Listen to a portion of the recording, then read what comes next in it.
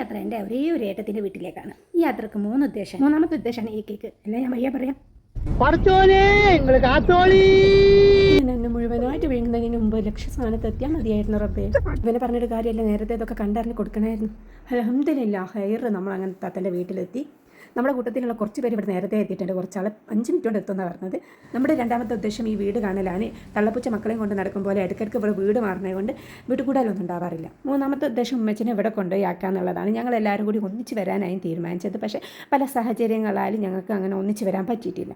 ആണും പെണ്ണുമായിട്ട് ഉമ്മച്ചിക്ക് ഒരേ ഒരു മോനാണ് എൻ്റെ വായിച്ച് ഉമ്മയും അച്ഛനും പോയപ്പോൾ കാക്കൻ്റെ വീട്ടിലായിരുന്നു ഉമ്മച്ചി. കുഞ്ഞൊക്കെ ചെറിയൊരു പരിപാടി ഉള്ളത് കൊണ്ടാണ് ഉമ്മച്ചിനെ അവിടെ കൊണ്ടുപോയാക്കിയത്. 2-3 ദിവസം മാത്രമേ നിർത്തുള്ളൂ, പിന്നെ ഉളങ്ങ് കൊണ്ടുപോകും. ഒരു വീട്ടിൽ പോയിക്കാണെങ്കിൽ പിന്നെ ഭക്ഷണം കഴിക്കൽ നിർബന്ധമാണ്. അങ്ങനെ ഞങ്ങൾ ഭക്ഷണമൊക്കെ കഴിച്ചു. അടുത്ത പരിപാടി കേക്ക് മുറിക്കലാണ്.